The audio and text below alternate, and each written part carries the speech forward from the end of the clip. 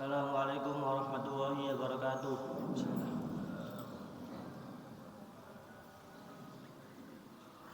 Innal hamdalillah nahmaduhu wa nasta'inuhu wa nastaghfiruh wa na'udzu billahi min shururi anfusina wa min sayyiati a'malina. May yahdihillahu fala mudilla lahu wa may yudlil fala hadiya lahu. Asyhadu an la ilaha illallah wa asyhadu anna Muhammadan abduhu wa rasuluh. Pada kesempatan yang baik ini, marilah kita panjatkan rasa puja dan bersyukur kita atas kehadirat Allah Subhanahu wa taala yang telah melimpahkan rahmat taufik serta hidayahnya sehingga kita bisa berkumpul di masjid yang insya Allah mulia ini dalam keadaan sehat walafiat. Tak lupa salawat dan salam mudah-mudahan tetap tercurahkan kepada junjungan Nabi besar kita Nabi Muhammad SAW yang telah menuntun kita dari gelapnya zaman menuju terangnya zaman, yakni Adinul Islam as-siratal mustaqim. Salah satu aspek penting dalam ajaran Islam adalah dakwah. Dakwah merupakan kegiatan untuk menyeru, mengajak, dan memanggil orang siapapun dan dimanapun berada untuk beriman dan taat kepada Allah Subhanahu wa taala sesuai dengan akidah syariat dan akhlak Islam. Kegiatan dakwah juga berisi ajakan untuk berbuat kebaikan, menyuruh melakukan yang ma'ruf dan mencegah kepada perbuatan mungkar. Kata dakwah sendiri merupakan bentuk masdar dari kata kerja da'a yad'u yang berarti panggilan, seruan atau ajakan. Orang yang menyampaikan dakwah disebut dai, sedangkan yang menjadi objek dakwah disebut mad'u. Dalam bahasa sehari-hari, orang yang melakukan dakwah sering juga disebut dengan mubalik atau mubalighah, yang artinya penyampai, berasal dari bahasa Arab balaghah yang artinya menyampaikan. Sering juga disebut dengan penceramah, juru dai, juru dakwah, ustadz, kiai, atau sebutan-sebutan lain sesuai dengan bahasa masing-masing. Secara umum mereka melakukan tugas dakwah, yaitu menyeru orang untuk berbuat kebaikan. Tujuan utama dakwah ialah mewujudkan kebahagiaan dan kesejahteraan hidup di dunia dan di akhirat untuk mendapatkan ridha Allah Subhanahu wa taala. Nabi Muhammad SAW memberikan contoh dakwah kepada umat dengan berbagai macam cara, melalui lisan, tulisan, dan perbuatan. Dimulai dari istrinya, keluarganya, dan teman-teman karibnya, hingga raja-raja yang berkuasa pada masa itu.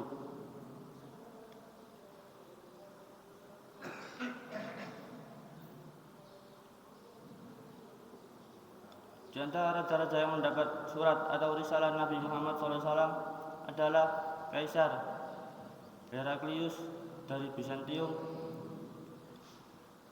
Makaukis dari Mesir, Kisra dari Persia, dan Raja Najasyi dari Habasya, Ethiopia. Tujuan dakwah yang luhur tersebut akan tercapai jika di setiap masa ada umat Islam yang melakukan kegiatan dakwah. Untuk itu maka diperlukan persiapan yang matang sebelum orang yang melakukan tugas dakwahnya. Tulisan ini lebih lanjut akan menguraikan tentang hukum dakwah, metode dakwah, dan persiapan dakwah serta teknik penulisan naskah ceramah agama. Hukum dakwah. pada prinsipnya berdakwah untuk menyuruh orang yang melakukan kebaikan, menyuruh berbuat yang ma'ruf dan mencegah yang mungkar adalah kewajiban kolektif umat Islam. Artinya, jika sudah ada yang melakukan kegiatan tersebut, maka yang lain menjadi gugur kewajibannya. Namun, hukum fardu kifayah tersebut dapat menjadi kewajiban seseorang tertentu jika di tempat itu hanya dirinya yang mampu melakukannya, seperti seorang ayah yang memerintahkan anaknya untuk melakukan sholat, seorang alim ulama yang menyeru kepada kebaikan di suatu tempat yang tidak ada orang lain yang bisa selain dirinya. Demikian juga dalam hal mencegah perbuatan kemungkaran, maka setiap orang berkewajiban untuk mencegahnya sesuai dengan kemampuannya masing-masing. Dalam surat Al-Imran ayat 104 Allah SWT berfirman, Bismillahirrahmanirrahim, wa takum minkum ummati yad'una ilal khairi wa ya'muruna bil ma'rufi wa yanhauna 'anil munkar wa ulaika humul muflihun. Yang artinya, dan tidaklah ada di antara kamu segolongan umat yang menyeru kepada kebaikan, menyuruh kepada yang ma'ruf dan mencegah dari yang mungkar. Mereka lah orang-orang yang beruntung. Dan dalam sebuah hadis Nabi Muhammad SAW bersabda, Man ra'i minkum munkaran falyughayyirhu biyadihi fa illam yastati fa nafsi fa illam yastati fa biqalbihi wa dzalika id'aful iman. Yang artinya, barang siapa di antara kalian melihat kemungkaran, maka rubahlah dengan tangannya. Jika tidak mampu, maka dengan lisannya. Dan jika tidak mampu, rubahlah dengan hatinya.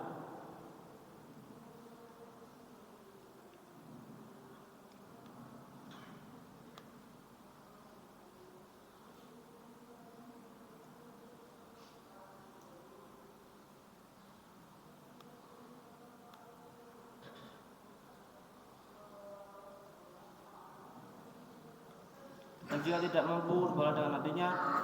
Dan ini adalah iman yang paling lemah. Metode dakwah dapat dilakukan dengan berbagai metode sesuai dengan kemampuan masing-masing. Dakwah dilakukan dengan cara hikmah, mau'idhah hasanah, dan mujadalah dengan baik. Dalam surat An-Nahl ayat 125 Allah berfirman, Ud'u ila sabili rabbika bil hikmati wal mau'izatil hasanah wajadilhum billati hiya ahsan inna rabbaka huwa a'lamu biman dhalla an sabili wa huwa a'lamu bil muhtadin. Yang artinya, serulah manusia kepada jalan Tuhanmu dengan hikmah dan pelajaran yang baik, dan bantahlah mereka dengan cara yang baik. Sesungguhnya Tuhanmu Dia yang lebih mengetahui tentang siapa yang tersesat dari jalannya, dan Dialah yang lebih mengetahui orang yang mendapat petunjuk. Dari segi banyak sedikitnya orang yang diajak dakwah dapat dibedakan menjadi dua. Dakwah fardiyah, yaitu metode dakwah yang dilakukan seseorang kepada orang lain atau kepada beberapa orang dalam jumlah yang kecil dan terbesar. Biasanya dakwah fardiyah terjadi tanpa persiapan yang matang dan tersusun secara tertib. Termasuk kategori dakwah seperti ini adalah menasihati teman sekerja, teguran, anjuran, dan memberi contoh. 2. Contoh ammah yaitu dakwah yang dilakukan oleh seorang yang ditujukan kepada orang banyak dengan maksud menanamkan pengaruh kepada mereka. Media yang dipakai biasanya berbentuk ceramah atau pidato. Dakwah ini kalau ditinjau dari segi subjeknya, ada yang dilakukan oleh perorangan dan ada yang dilakukan oleh organisasi sosial atau keagamaan yang berkecimpung dalam bidang dakwah. Dari segi cara menyampaikan dakwah dapat dibedakan menjadi 3. 1. Dakwah bil lisan, yaitu menyampaikan pesan dakwah melalui lisan, ceramah atau komunikasi langsung antara subjek dan objek dakwah. Dakwah model ini akan menjadi efektif bila disampaikan berkaitan dengan hari ibadah seperti khutbah Jum'ah atau khutbah hari raya. Kajian yang disampaikan menyangkut ibadah praktis, program kegiatan, ceramah yang terprogram seperti kultum Ramadan. 2. Dakwah bil hal, yaitu dakwah yang mengedepankan perbuatan nyata. Hari ini dimaksudkan agar si penerima dakwah mengikuti jejak dan keadaan juru dakwah.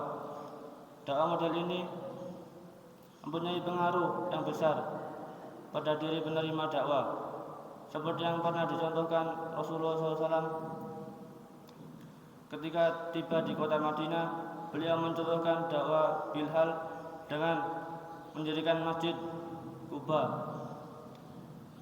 dan mempersatukan kaum Ansor dan kaum Muhajirin dalam ikatan persaudaraan Islam. Rasulullah SAW mencontohkan cara sholat dan cara melakukan ibadah haji. 3. Dakwah bil kitabah, yaitu dakwah melalui tulisan, baik dengan menerbitkan kitab-kitab, buku, majalah, internet, koran, dan tulisan-tulisan yang mengandung pesan dakwah. Kelebihan lain dari dakwah bil kitabah adalah tulisan yang musnah meskipun dai atau penulisannya sudah wafat. Persiapan dakwah. Dalam menyampaikan dakwah, seorang dai terlebih dahulu harus menyiapkan dirinya dengan baik. Secara rohani, seorang dai harus menata niat berdakwah hanya kepada Allah, mempelajari ilmu pengetahuan yang akan disampaikan, sedangkan secara jasmani jika menyampaikan dakwah berupa ceramah, maka harus pula memperhatikan etika berpakaian sesuai dengan ketentuan syariat Islam dan adat kebiasaan pakaiannya masyarakat yang sesuai dengan syariat Islam. Seorang dai tentu akan dihadapkan pada persoalan sosial keagamaan di masyarakat untuk menyikapi perbedaan sosial di masyarakat, khususnya dalam masalah fikih yang perlu diperhatikan. Cukup sekian kultum singkat dari saya, kurang lebihnya saya mohon maaf. Assalamualaikum warahmatullahi wabarakatuh.